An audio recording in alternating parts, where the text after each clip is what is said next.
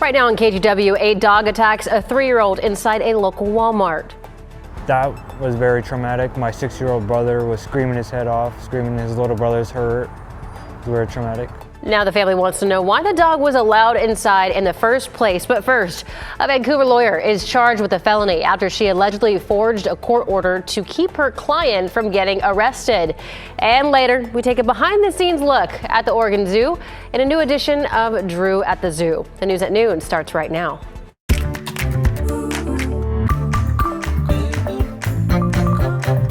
Thank you for joining us. I'm China Green. Our top story here this afternoon. The Washington Attorney General's office has filed felony charges against a Vancouver lawyer. Detectives say in July, deputies went to arrest a man for violating an anti-harassment order, but the man's attorney, Josephine Townsend, forged a court order to keep her client from getting arrested.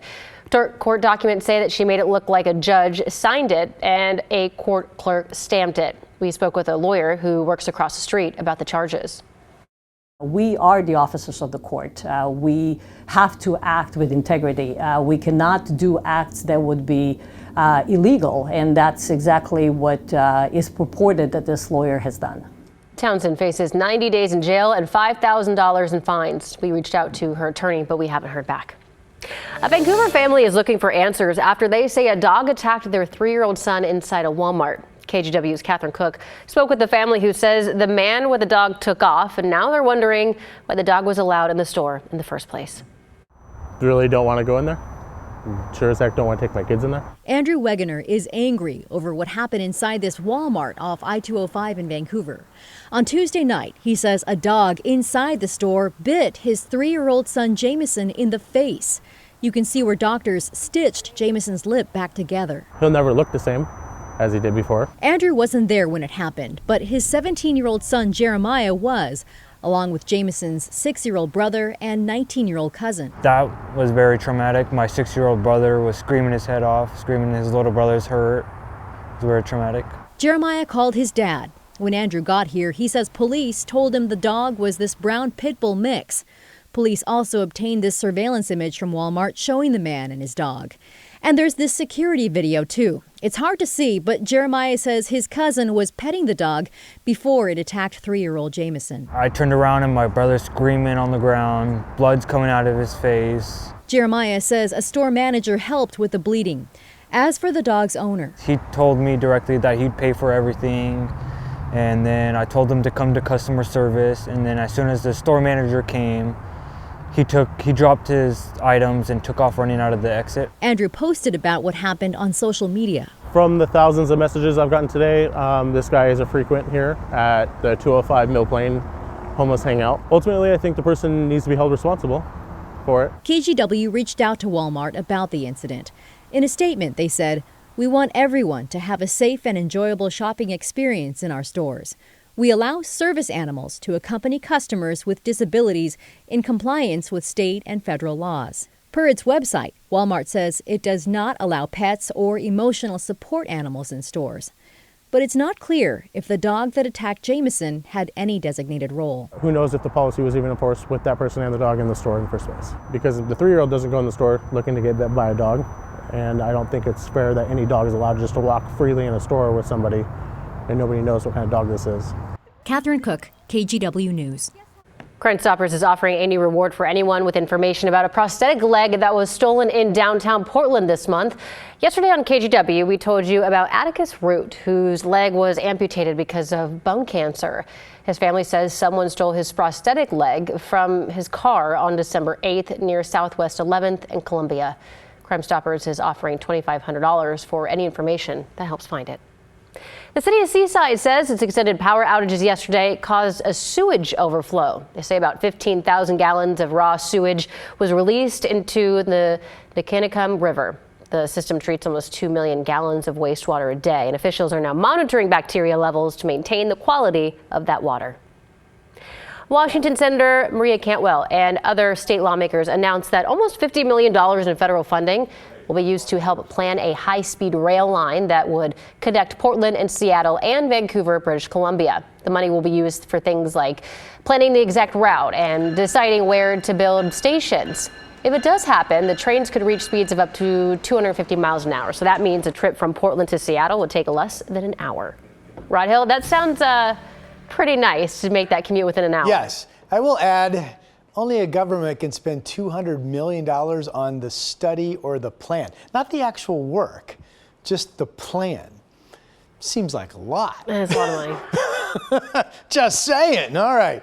Here's a look at our radar. You've got the rain offshore. You've got light rain trying to move inland down around Newport. Not seeing anything being reported down in Eugene, but clearly there will be the ongoing threat of some light rain along the coast. And we may or may not see some traceable amounts of light rain later today or more like this evening here in the valley. Other than that, it's really nice outside. Here are the clouds. We've got it zoomed underneath the Uquinta Bay Bridge in Newport. Look at the temperature. Right now, still dry weather being reported.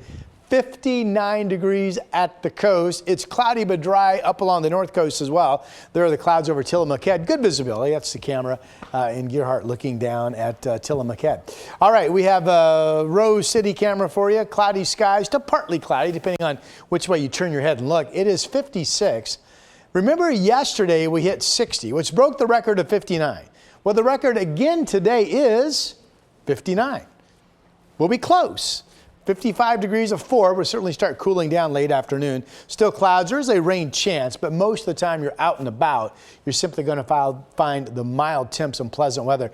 It is still windy out near the gorge. I just tracked Troutdale Airport, gusting currently from the east at 37 miles per hour. I know that adds a chill for you folks. Your complete forecast coming up. Thank you, Rod. All right, here's a look at some national headlines this afternoon. Luigi Mangione, the man accused of murdering United Healthcare CEO Brian Thompson, is now back in New York to face trial. He arrived via helicopter about an hour ago after waiving his extradition from Pennsylvania earlier today. A grand jury charged Mangione with 11 counts, including first-degree murder earlier this week. His lawyers have said that he plans to plead not guilty. A potential government shutdown looms this week as Congress inches closer to tomorrow's midnight deadline to approve a funding extension. Federal officials and officers are already planning to prepare to close as President-elect Donald Trump continues to pressure Speaker Mike Johnson to include a debt ceiling hike and a new funding bill, a move that's splitting congressional Republicans. A Georgia court has disqualified Fulton County DA Fani Willis from prosecuting the 2020 election interference case against President-elect Trump.